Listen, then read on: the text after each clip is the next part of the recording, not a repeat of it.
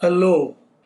आज मैं बात करने वाला हूँ जो कोरोना पैंडमिक या कोरोना जो पूरे विश्व में फैला हुआ है, जिसको हम अलग अलग नामों से जानते हैं और ये भी हम जानते हैं कि ये इसको आज सब देश लगे हुए हैं इसको कैसे समाप्त करा जाए। तो थोड़ा इसके हिस्टोरिकल बैकग्राउंड जो कि भारत में है, महामारी अधिनियम 1897 के बारे में जानेंगे।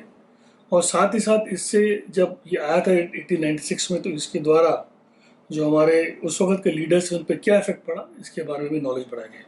तो पहले हम शुरुआत करते हैं, ये जो टर्म है कोरोना। तो कोरोना वायरस जो है, ये वायरस है। वायरस और बैक्टीरिया दोनों अलग अलग चीज़ होती है। ये वायरस है और इसका जो डिजीज़ है, डिजीज़ का नाम है कोविड-19।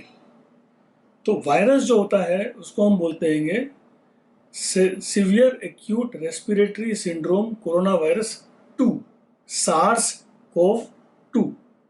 और जो इसका हम डिजीज मानते हैं वो है कोविड-19। तो नाम कोविड-19 कैसे पड़ा? कोविड-19 जो है भारत, ये जो WHO है आपका, UN का, उन्होंने इसको नाम दिया कोरोना वायरस डिजीज 2019। इस प्रकार से इसका नाम पड़ा कोविड-19।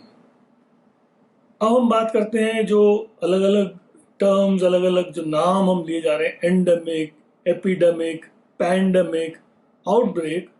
तो इनके अंदर होता क्या है इसको ज़रा समझना हमारे लिए बहुत ज़रूरी है। तो सबसे पहले मैं शुरुआत करता हूँ, ये जो टर्म है एंडेमिक। एंडेमिक को हम हिंदी में कहते हैं स्थानिक। स्थानिक का मतलब ये होता है कि ये एक तरीके का आपका डिजीज़ है जो एक स्थान पर ही निर्धारित रहता है और काफ़ी समय तक रहता है। इसका सबसे आसान और सिंपल एग्जाम्पल है मलेरिया। तो मलेरिया जैसे अभी भी विश्व में चारों तरफ फैला हुआ है, लेकिन इसने अगर एक बड़ा रूप ले लिया तो उसको हम आउटब्रेक या प्रकोप बोलते हैं। अगला जो टर्म है उसको कहते हैं हम एपिडेमिक या फिर महामारी। जो हमारा महामारी अधिनियम 1897 आया था, अगर आपने बताया भी आपको, तो एपिडेमिक का मतलब ये होता है एक बहुत बड़ी बीमारी, लेकिन वो बीमारी एक ही क्षेत्र में या एक ही तरह के लोगों में सीमित है। तो इसको हम एपिडेमिक या महामारी बोलते हैं। इसका सबसे सिंपल एग्जाम्पल है जो प्लेग आया था, बुबोनिक प्लेग 1896 में इंडिया में, बॉम्बे और पूना में काफ़ी बुरी तरीके से फैला था, काफ़ी लोग इसमें मारे गए थे। इसको बोलते हैं एपिडेमिक। अगला जो टर्म है जो हम यूज़ कर रहे हैं आज की तारीख में, पैंडेमिक। कोरोना पैंडेमिक हम बोल रहे हैं। ये पैंडेमिक क्या है? यही एपिडेमिक अगर एक से ज़्यादा देश में फैल गया, जैसे अभी फैला हुआ है, करीब करीब हर देश में है, तो इसको हम बोलते हैं पैंडेमिक। और इसका दूसरा जो नाम है वो सर्वव्यापी महामारी। तो नाम से ही आपको साफ पता लग रहा है क्या होता है। तो अभी इसको हम अगर आगे लेके चलते हैं, तो ये भारत में ये जो अधिनियम था, ये आया था एपिडेमिक बुबोनिक प्लेग के बाद 1896 में।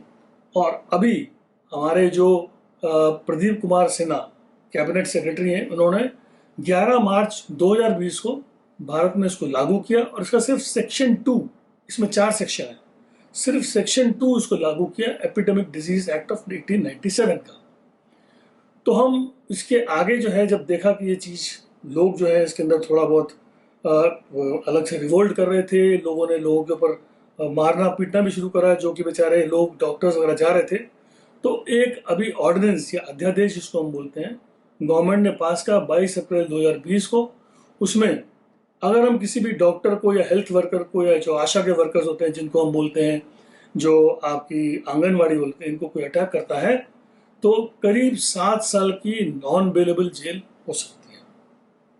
ये ज़रूरी है क्योंकि जो इसके जो सैनिक हैं, जो डॉक्टर जो सैनिक का रूप जो काम कर रहे हैं, उनकी सेफ्टी मद्देनजर रखते हुए इसको उन्होंने एक ऑर्डिनेंस पास करा है। और ऑर्डिनेंस हम जानते हैं कि डायरेक्टली गवर्नमेंट पास करती है कि बिना कैबिनेट में इसको लेकर आए हुए। अब हम आते हैं ये एपिडेमिक डिजीज एक्ट ऑफ 1897 की जरूरत क्या पड़ गई, ये आया क्यों था? बड़ी इंटरेस्टिंग बात है ये। आज हम 2020 में हैं और हम बात कर रहे हैं एपिडेमिक डिजीज एक्ट ऑफ 1897 या फिर महामारी अधिनियम 1897 का। 1896 में भारत में एक बॉम्बे में खास करके बुबोनिक प्लेग जो चूहों से होता है, उसकी महामारी फैली थी। और वो महामारी इतनी बुरी तरह फैली कि बॉम्बे से फैल के वो आगे बढ़ के पूना तक चली गई थी। और एक समय जब आया, करीब 1900 लोग, करीब 2000 लोग प्रति हफ्ते इनकी डेथ हो रही थी। तो 1901 में जो सेंसस कराया गया, जो गिनती कराई गई, चेक करा के कितने लोग हैं, उसमें पाया गया करीब जो बॉम्बे की जनसंख्या करीब 8,20,000 थी, वो घट के सिर्फ 7,80,000 रह गई थी। इतने लोगों का इसमें जो है डेथ हुई थी। लेकिन इस एक्ट की जरूरत क्या पड़ी? एक्ट की जरूरत ये पड़ी कि लोगों को जब समझाया जा रहा था कि आप अपने घरों में रहिए, संभल के रहिए, लोग नहीं मान रहे थे, तो फिर ये एक्ट को लाया गया जिसमें कि जो गवर्नमेंट के ऑफिशियल्स थे, इसमें उनको पावर दी गई। ये पावर दी गई कि लोगों को जो है अपने घरों में कन्फाइन करा जाएगा। जो लोग ट्रैवल कर रहे हैं, ट्रेन में आ रहे हैं, शिप्स के द्वारा आ रहे हैं, उनको हम चेक कर सकते हैं, और साथ ही साथ इसमें जो वर्कर हैं इनको हम प्रोटेक्शन देंगे। तो इसके जैसे ही एक्ट लाया गया था, उस वक्त हमारे भारत के जो बहुत ही फेमस जो लीडर थे, बाल गंगाधर तिलक, आपने सबने नाम सुना है, इन्होंने सब्जेक्ट बिल्कुल ऑब्जेक्शन करा। ये कौन सा एक्ट है?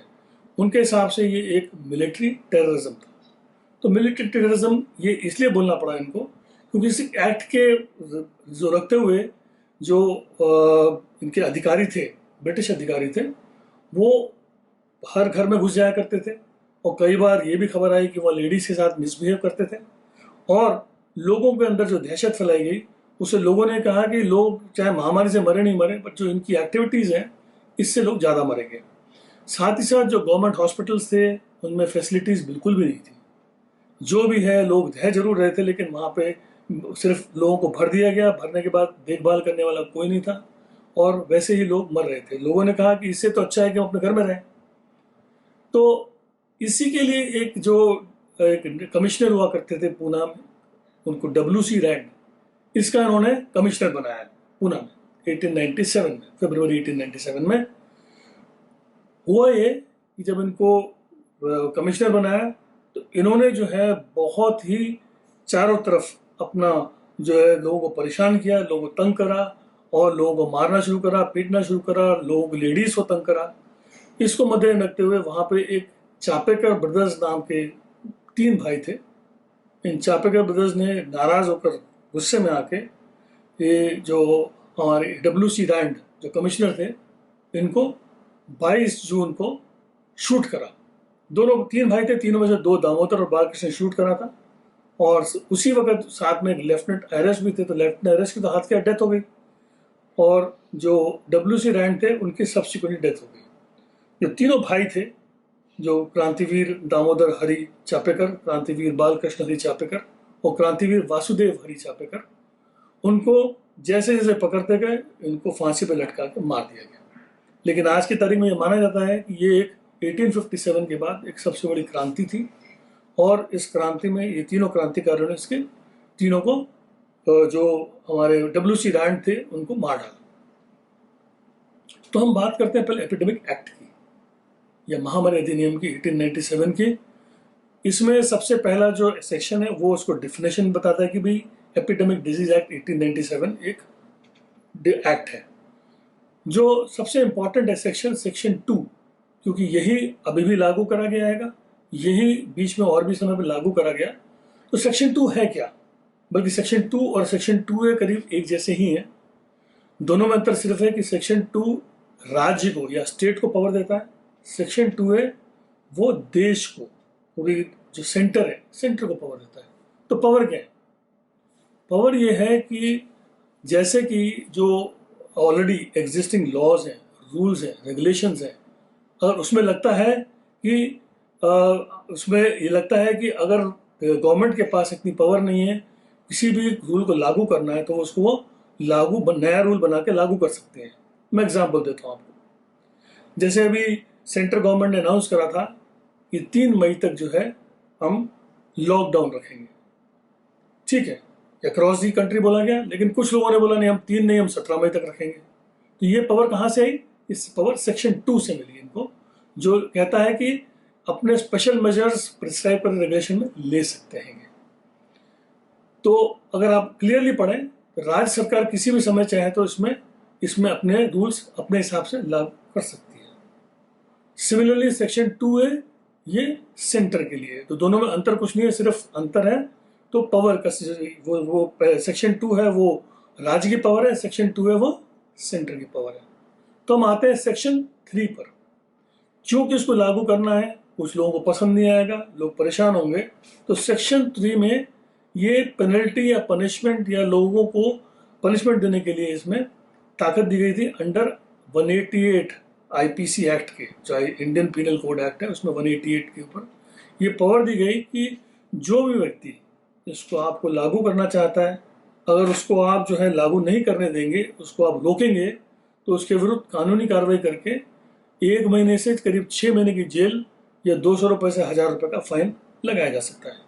अभी मैंने आपको थोड़ी देर पहले बताया था जो ऑर्डिनेंस, जो अध्यादेश जो अभी जारी करा गया है, अधिनियम जारी कराया गया है, उसमें मैंने बताया था कि आपको 7 साल की जेल है। तो यहीं पे मॉडिफिकेशन करा गया है कि अब अगर कोई भी डॉक्टर को या कोई जो काम करने वाला आशा वर्कर को अगर आप काम नहीं करने देंगे तो 7 साल तक की आपको जेल हो सकती है। सेक्शन 4 जो है, इन्हीं गवर्नमेंट ऑफिशियल्स को या जो भी ऑफिशियल नॉमिनेट करें प्रेसिडेंट को, ये पावर देती है कि ये जो काम कर रहे हैं इनके ऊपर कोई भी आप लीगल कार्रवाई नहीं कर सकते हैं, क्योंकि ये इनको पावर दी गई है। तो ये 1897 का पूरा चारों एक्ट था। अब हम आते हैं कि जो बाल गंगाधर तिलक थे जिन्होंने ऑब्जेक्शन करा था, उन्होंने अपने अखबार केसरी, आप ये जानते होंगे कि बाल गंगाधर तिलक के 2 पेपर आया करते थे, एक तो केसरी मराठी में आता था, एक मराठा इंग्लिश में आया करता था। इन्होंने उसमें ऑब्जेक्शन रेज करा और ऑब्जेक्शन रेज करने के साथ साथ उन्होंने अपनी वॉइस को जब आगे बढ़ाया तो इस बात को लेके जो ब्रिटिश गवर्नमेंट थी वो नाराज हुई और उन्होंने अंडर सेक्शन 124A और आईपीसी इसमें ये कहा कि ये पूरे criminal conspiracy against state, that mean राष्ट्रद्रोह का जो है इनके ऊपर पनिशमेंट लगाया गया, राष्ट्रद्रोह का कि आप राष्ट्रद्रोह कर रहे हैं।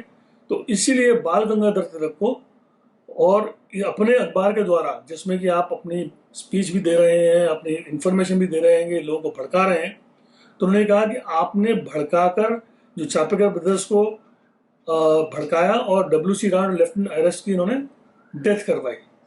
इसी के अंदर उनको 18 महीने की जेल मिली 1897 में।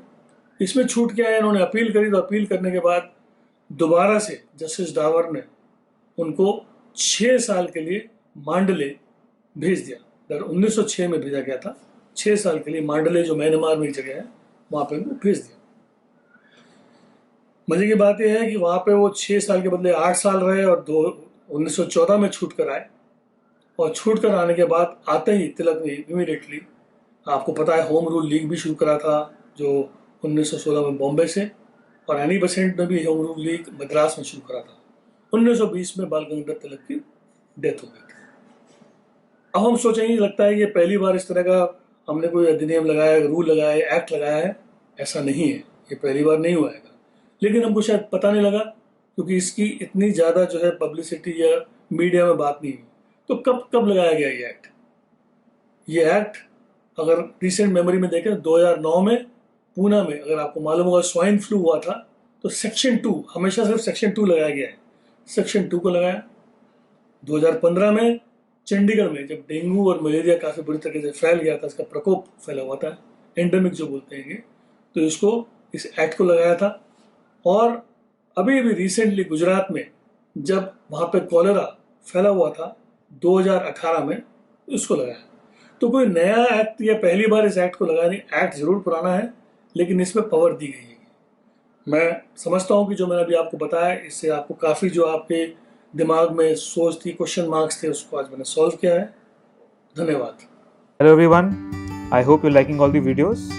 So if you want more of this content, please like, share and subscribe to our channel Senabhyas so that you can watch more on online concise classes. This is your director Tarsh Vashisht signing off. Thank you.